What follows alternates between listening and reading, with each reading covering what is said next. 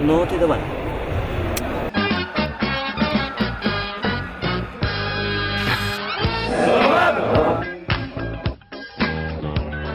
Garliavos sporto komplekse finišavo 10-asis Tornado krepšinio mokyklos sezonas. Daugiau nei 2 valandas trukusioje šventėje mokyklos auklėtiniai varžėsi tritaškių ir dėjimų konkursuose.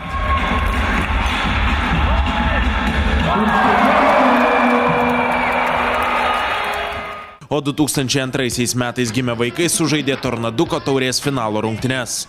Finalinėme sezono renginyje taip pat paskelbtas Tornado auklėtinių naudingiausių žaidėjų penketukas, įvardinti kiekvienoje amžiaus grupėje labiausiai patobulėję žaidėjai, apdovanoti metų treneris ir mandagiausias krepšininkas. Metų treneriu tapęs Donatas Mikulevičius džiaugiasi sėkmingu komandai sezonu. Malonu vien dėl to, kad komanda pasiekė neblogą rezultatą. Eigoj sezono buvo gan banguotas žaidimas, daug eksperimentavom, pristaikyti prie naujų gynybos sistemų reikėjo, bet galinis rezultatas labai buvo malonus ir, nu ką, be vaikų tų, su kuriais žaidėm, nebūtų to rezultato. Malonu, malonu. Iškilmingai šventėje atsisveikinta ir su mokykla šiemet baigusiais žaidėjais. 16 krepšininkų ir jų treneriui Tomui Kentrai įteikti padėkos raštai, atminimo dovanos ir mokyklos baigimo sertifikatai. Garliavoje susirinkę krepšinio gerbėjai turėjo galimybę apžiūrėti ir Tornado mokyklos auklėtinių iškovotų trofėjų. Žiūrovus linksmino jaunųjų atlikėjų grupė Lašeliukai.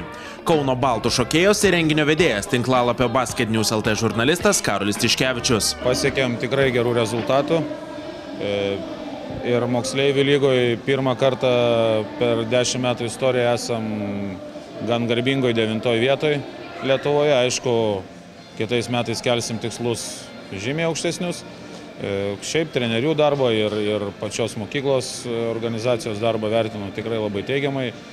Bet, kaip sakoma, tobulėjimų ribų nėra. Mes visą laiką stengiamės, kad būtų geriausi žaidėjai būtų įvertinti, kad tėveliai matytų, kas vyksta aplamai mokykloje, kad žinotų žaidėjus. Ir ta šventė yra tokio viso sezono, kaip sakoma, rezultatų suvedimas. Tai svarbiausia, kad vaikam būtų linksma, tėvam gražu.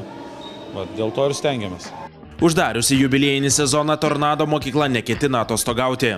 Jaunieji krepšininkai turės vasaros stovyklą Šventojoje ir Ignalinoje. Ir žinoma, šią vasarą audringai atšvęs savo 10 metų jubiliejų.